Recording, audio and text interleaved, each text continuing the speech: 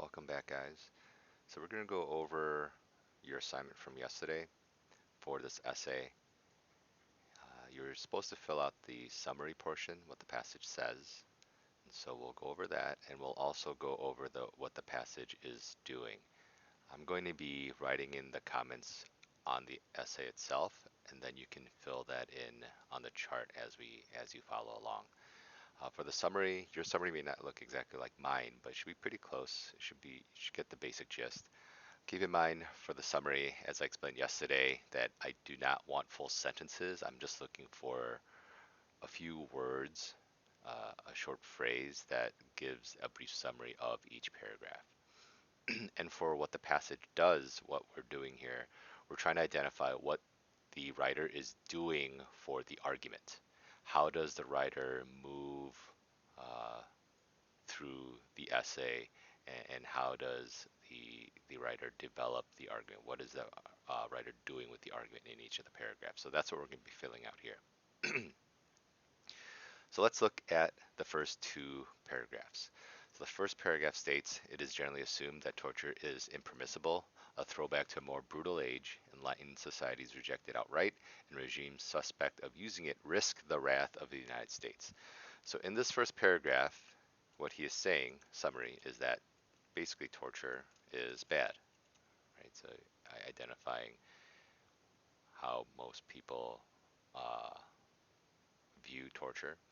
And for what it's doing for the topic, it introduces the topic of torture, right? And so that's what it's doing for the topic or argument. So introduce the topic of torture.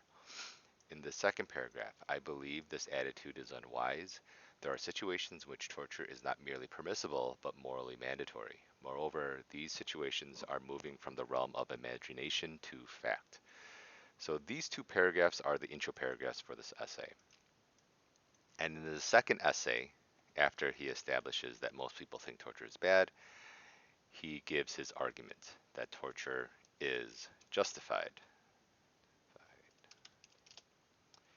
And so what he's doing for the topic here is that he states the argument or the thesis of the essay that and that he's going to explain and persuade the audience that why torture is justified. So that's the first two paragraphs. For the next following paragraphs, I'm not going to read it, the all the entire paragraph. We'll just go over the summary. So in this third paragraph, he's talking about why torture is justified, and he gives this situation of a bomb and a terrorist that left the bomb, and what can we do except for torture to get information to save lives. And so a summary of paragraph 3 basically is saying that torture is justified specifically against terrorists.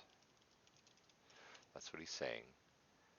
And what is this paragraph doing for the argument? Well, he states that torture is justified, and here he's giving an example, and he continues to elaborate on why he thinks it's justified. So he specifies his argument claim and elaborates his argument in this paragraph.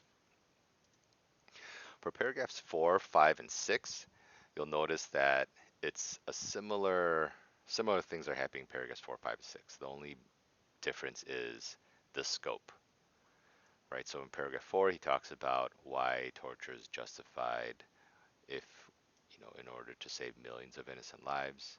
Then in paragraph 5, he talks about why it's justified for saving 300, 100, or 10 people. And in the sixth paragraph, talks about how it's justified to save one innocent newborn baby. So going back to here, what is paragraph 4 saying? It gives a hypothetical example justifying torture.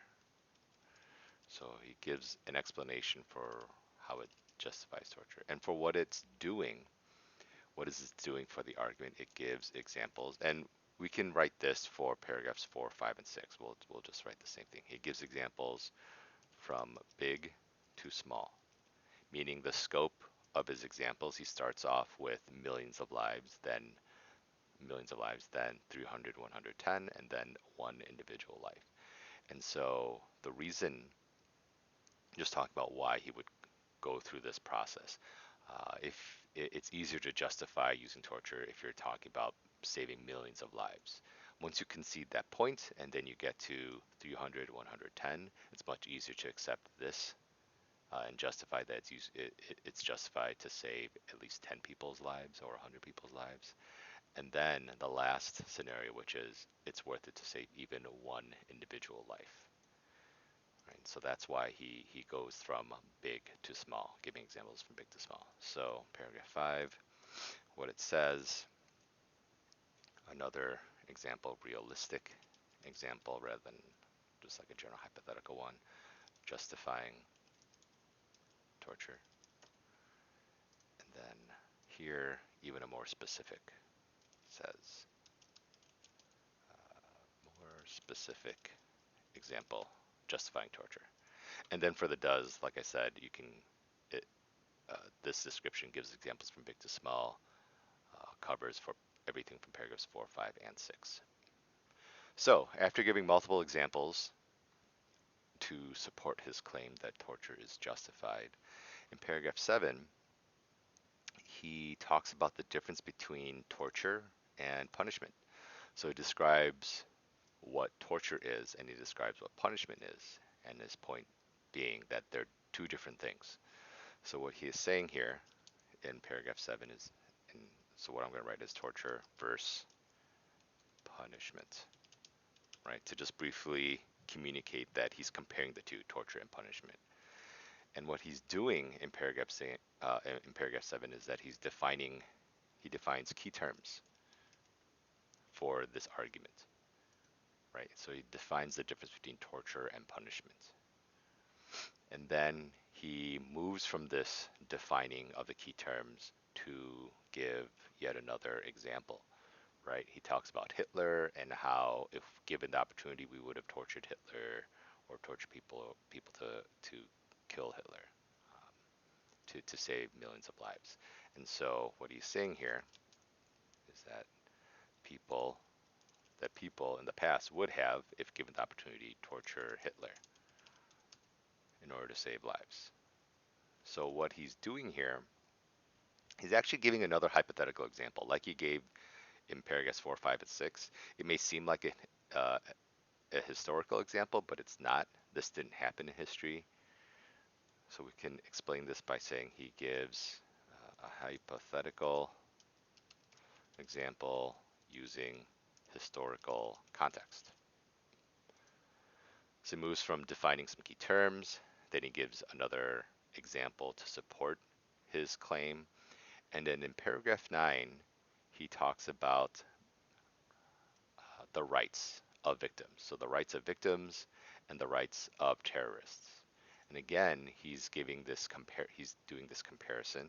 So we can say he is comparing the rights of the victims and the rights of terrorists. And the point that he's trying to make here is that the rights of victims are more important than the rights of terrorists, since terrorists give up their rights since they're trying to cause harm to others. So for a summary, we can say rights of victims are greater than rights of terrorists. So they're more important. And what he's doing here, he's again defining key terms. Right? He's defining the difference between the rights of terrorists and the rights of victims. And in the 10th paragraph, he continues this defining.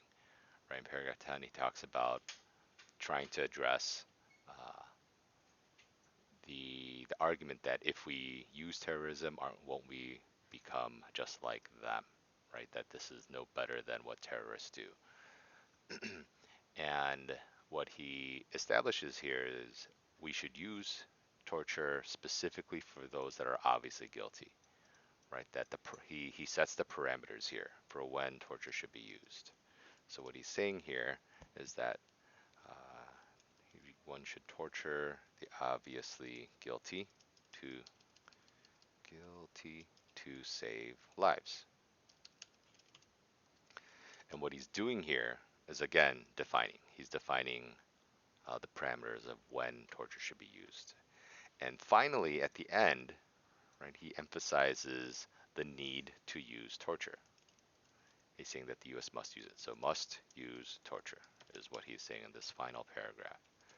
And what it's doing, it's a concluding paragraph, so he's concluding, but he's also demanding action, right? It's a call to action because he's saying you, the audience, need to advocate for the use of torture in the US. And so you can then put, so by now you should have in the does column everything that we identified. Let's see, I'll just paste that here. All the notes we made here. And like I said, for the summary, it shouldn't be a full sentence. It should just be a few words that briefly summarize each of the paragraphs.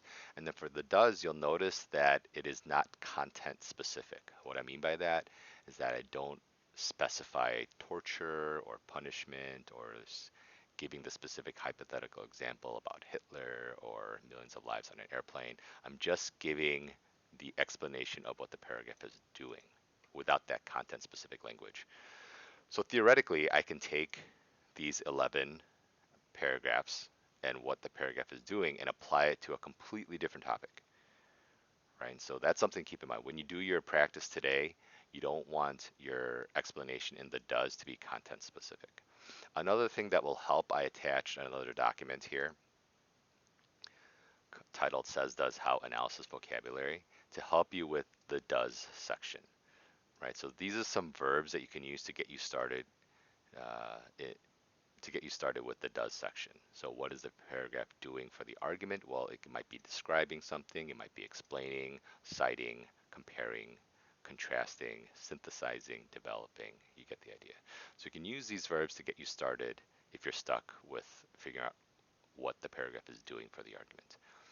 The how underneath here we'll get to next week, but for now you're just looking at this top part to help you with that. All right, that's it. So for now you're going to use this as an example. Make sure you have this all filled out and then submit this assignment and then move on to the next short assignment. The next one is a very short 3-paragraph essay that you're going to fill in both the says and the does column. All right, that's it.